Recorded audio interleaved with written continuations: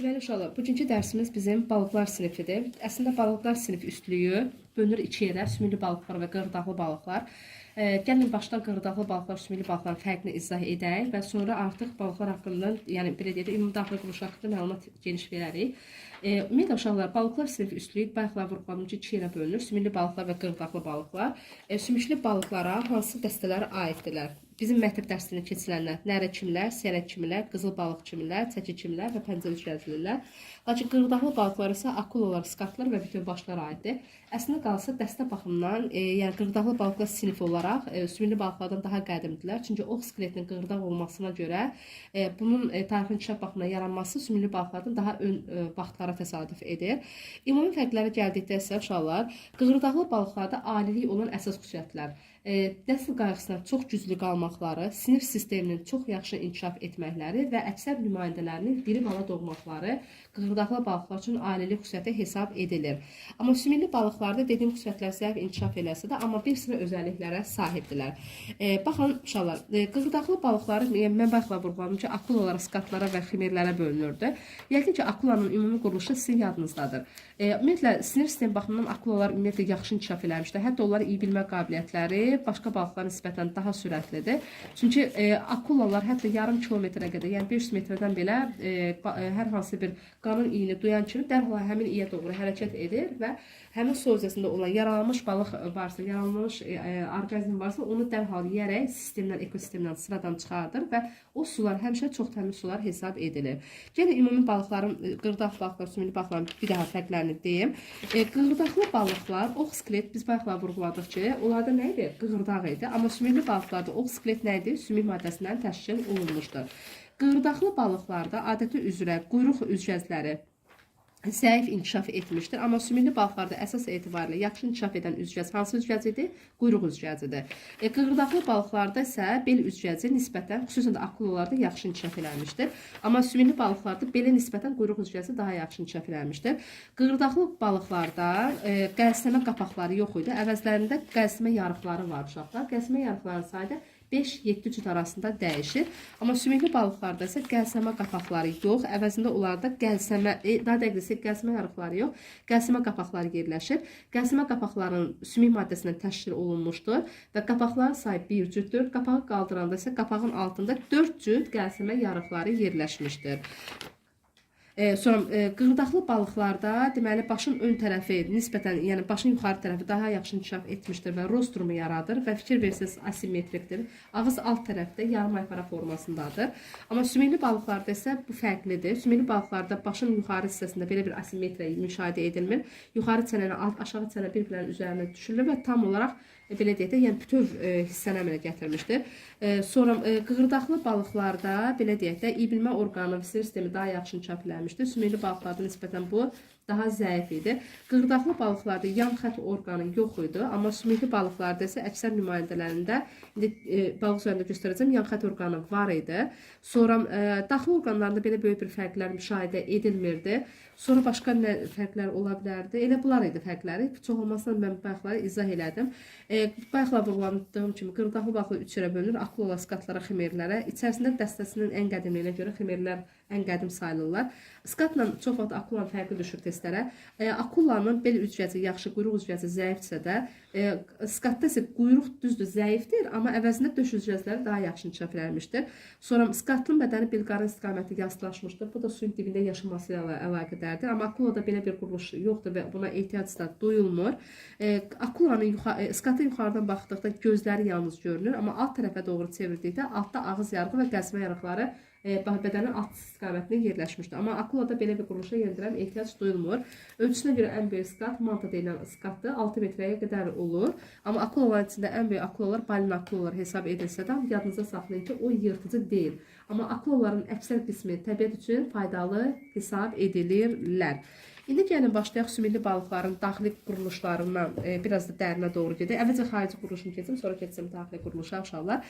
Biz adəti üzrə xanı balığı üzərində belə deyək də, yəni öyrənirik. Xana balığı başqa balıqlardan fərqli olaraq üzvəzlərin sayının çox olmasına görə başqa balıqlardan seçilir. Başlayaq əvvəlcə bədən quruluşlarına. Bədənləri balığın üç hissədən ibarətdir. Başdan, gövdədən və quyruqdan ibarət idi. Başda nə yerləşmişdi? Bir cüt gözlər, amma yadınızda saxlayın, göz qapağı yoxdur. Zaten buna ehtiyac da yoxdur. Çünki heyvan suda yaşadığından görə gözün quruması baş verməmişdir. Ağız yarığı, deməli, hər heyvanda fərqli ölçüdə olur. Məsəl üçün, bəzi balıqlarda, məsələn, sıflarda və digər nümayəndələrdə cinsi çoxalma müddətində, yəni dönəmində erkək fərdlərdə at çənə çox vaxt uzanır.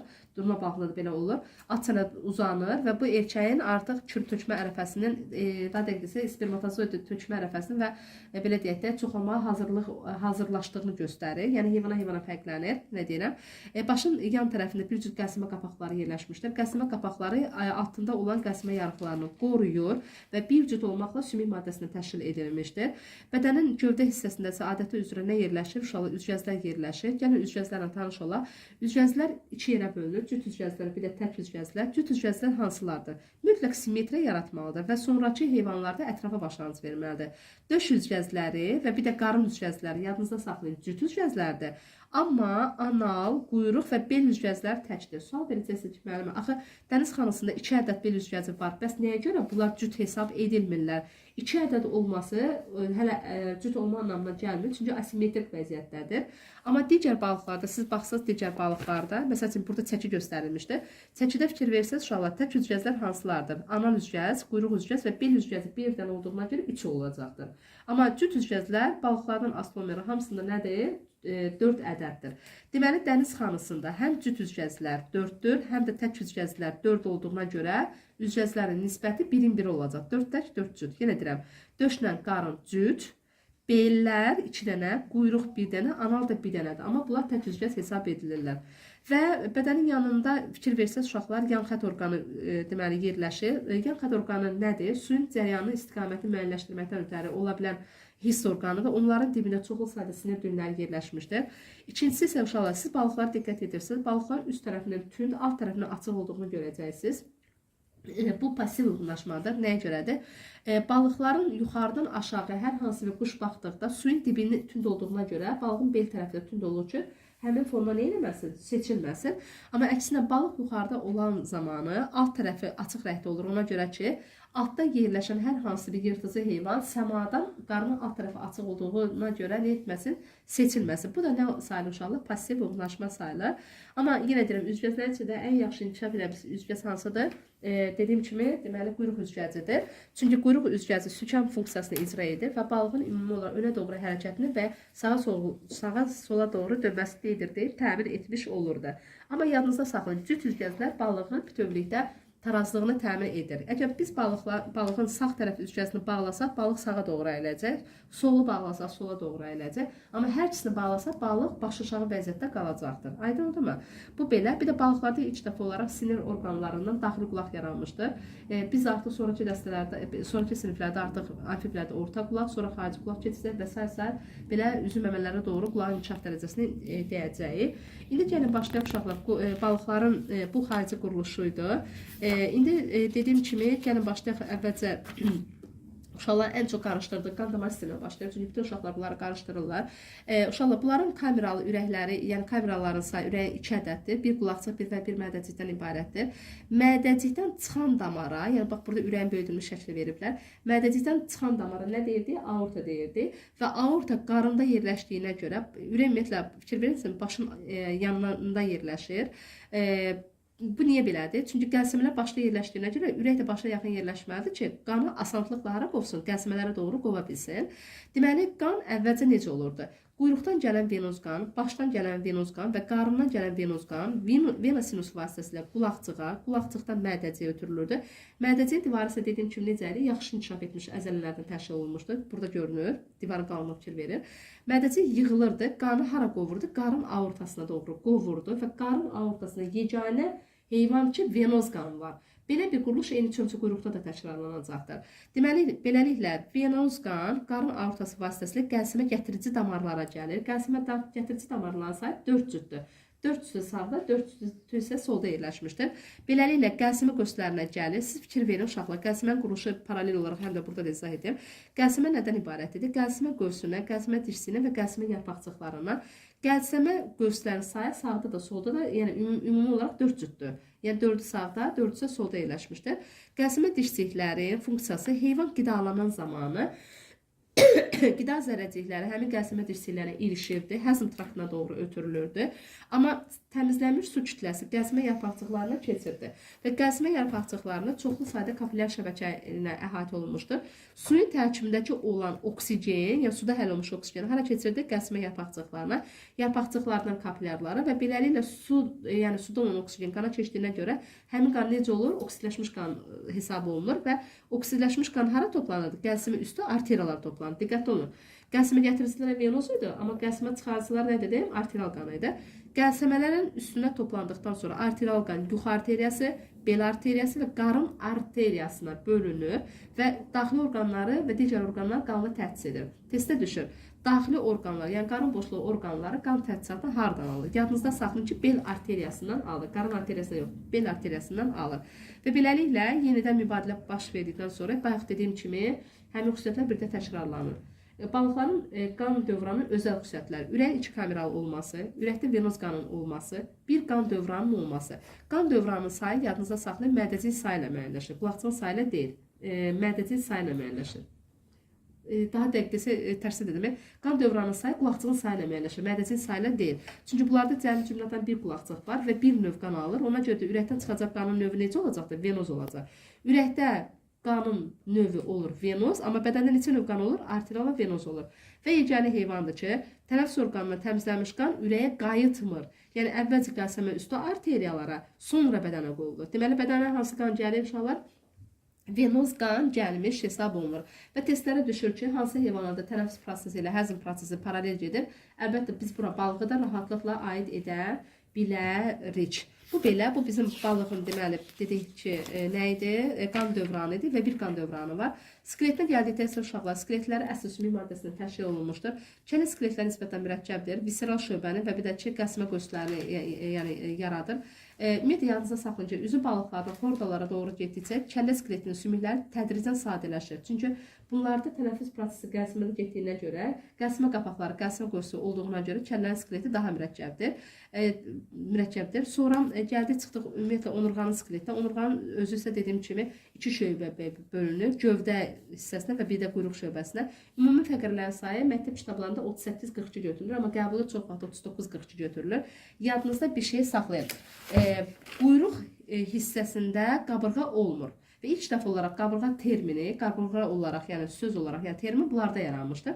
Qabırğa yalnız döş fəqərələrdən çıxan çıxıntılardır. Yadınızda saxlayın. Hər döş fəqərəsində bir cüt nələr olur uşaqlar? Qabırğalar olur. Belə bir məsələlər, yəni mütəmadi olaraq bununla bağlı məsələlər olur. Məsəl üçün, deyək ki, balıqda maksimal fəqərələrin sayı bilir ki, nə qədər idi uşaqlar? 42-yə bərabər, düz deyilmi? Deyək ki, quyruq fəqərələrin sayı tutaq ki, 10 ədəddir. Qabırğaların sayını tapar. Əgər ümumi fəqirlərin sayı 42 ədəddirsə də maksimal sayda verilibsə, 42-dən 10-u çıxanda neçə qaldı uşaqlar? 32 qaldı. 32 deməli hansı fəqirlərdir? Gövdə fəqirlər, düz deyilmi? Siz də bilirsiniz ki, qabırğalar hardan çıxırdı? Gövdə fəqirlərindən çıxırdı. Deməli, nə edəcək? Geridə qalan həmin 32-ni 2-yə vuracağıq. Çünki hər fəqirdə neçə qabırğa çıxır? 2 dənə qabırğa çıxır. 32-ni də 2-yə vuranda neçə eləyəcəkdir? 64 dənə nə olacaq uşaqlar? Qabırğa olacaqdır. Yadda saxlayın ki, quyruq şöbədə qabırğalara rast gəlinmir. Qabırğalar ancaq döş şöbədə olur. Yenə deyirəm, ümumi olaraq fəqərlər neçə fəqərə verilirsə verilsin. Maksimalcısı da 39, minimalcısı da məktəb kitabları 32 verilir. Deməli, nə qədər fəqərə verilirsə, verilən quyruq şöbəni çıxacaqsınız. Geridə qalan şöbələri, yəni döş şöbəsini vuracaqsınız nəyə? 2-yə qabırğanın sayını tapacaqsınız. Əməliyyatı tərsinə etmək də olar. Belə. Sonra adı nədir, nə qaldı burada? Bir də üst qövslərində çıxıntılar birləşir, ümumi tək çıxıntını yaradır və yadınıza saxlayın. Qurşaq skeleti adəti üzrə cüt üzgəclərə məxsusdur. Çünki cüt üzgəclər sonraki heyvanlarda yuxarı və aşağı ətrafa başlanğıc verir. Balıqlarda döş üzgəclər yuxarı ətrafa, deməli qarın üzgəcləri isə aşağı ətrafa başlanğıc verir. Amma nə bel üzgəcləri, nə qarın üzgəci, daha dəqiqcə anal üzgəci, nə də quyruq üzgəci ətrafa başlanğıc vermir. Həzm traktı sadə idi. Mən baxladım ki, həzm prosesi tənəffüslə paralel gedirdi. Ağızdan udulmuş su kütləsi, bayaqlar vurğuladım, eyni şey təkrar etmək istəmirəm. Dişçilərdə ilişdikdən sonra deməli udlaqdan qida borusuna, beləliklə həzm traktı mədədən sonra deməli anal dəlik vasitəsi bağırsaqdan da anal dəlik vasitəsi nə olurdu? Xaricə doğru çıxmış olurdu. Bu bizim deməli balıqlarımız çoxalma haqqında çox deyə bilərəm əslində qalsa. Yəni hər dəstənin çoxalma müddəti belə deyək də fərqlidir. Sadəcə olaraq balığın inkişaf dövrəsi, baxın fikir verirsiniz, metamorfozla gedir. Yumurtalara, yəni küllər suya topa halda